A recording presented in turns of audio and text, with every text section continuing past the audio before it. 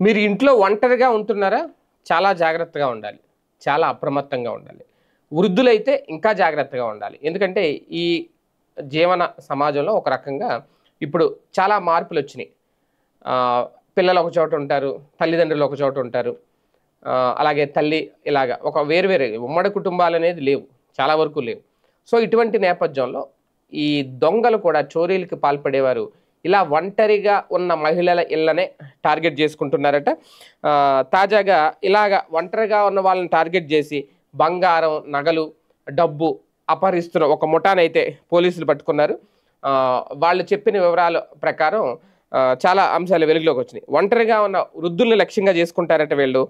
తూర్పుగోదావరి జిల్లాలో ఇప్పటికే వరుసగా దొంగతనాలు చేశారట. ఇందులో ముగ్గురు మైనర్లను తాజాగా పోలీసులు అరెస్టు చేశారు.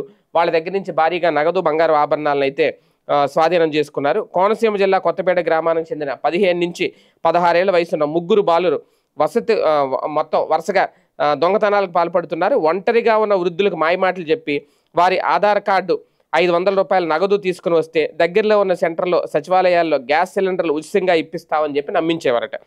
వారు అలా వెళ్ళగానే ఇళ్లలోకి ప్రవేశించి డబ్బు, బంగారం, వెండి ఆభరణాలను దొంగతనం చేసేవారట.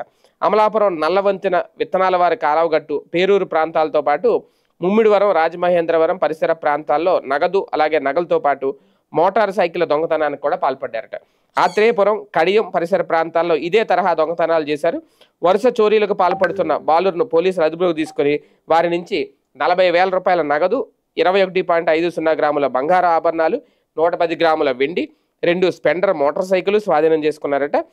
వాళ్ళని కోర్టు ముందు హాజరుపరిచారు. వీళ్ళ వయసు ఎంతో, వీళ్ళ ఆలోచన ఏంటో ఇంక రేపు పొద్దున్న ఇలాగే వదిలేస్తే వీళ్ళు అంతర్రాష్ట్ర ముఠా దొంగలు అయిపోయినా ఆశ్చర్యపోవాల్సిన అవసరం లేదు.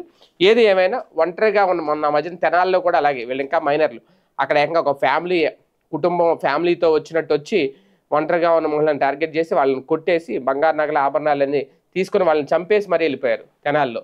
ఈ మధ్యకాలంలో ఇవి బాగా జరుగుతున్నాయి. ఒంటరిగా ఉన్న మహిళలు ఇంట్లో ఒంటరిగా ఉంటే ఖచ్చితంగా చాలా అప్రమత్తంగా ఉండాలి. ఇలాంటి మాటలకు నమ్మి మోసపోవద్దు.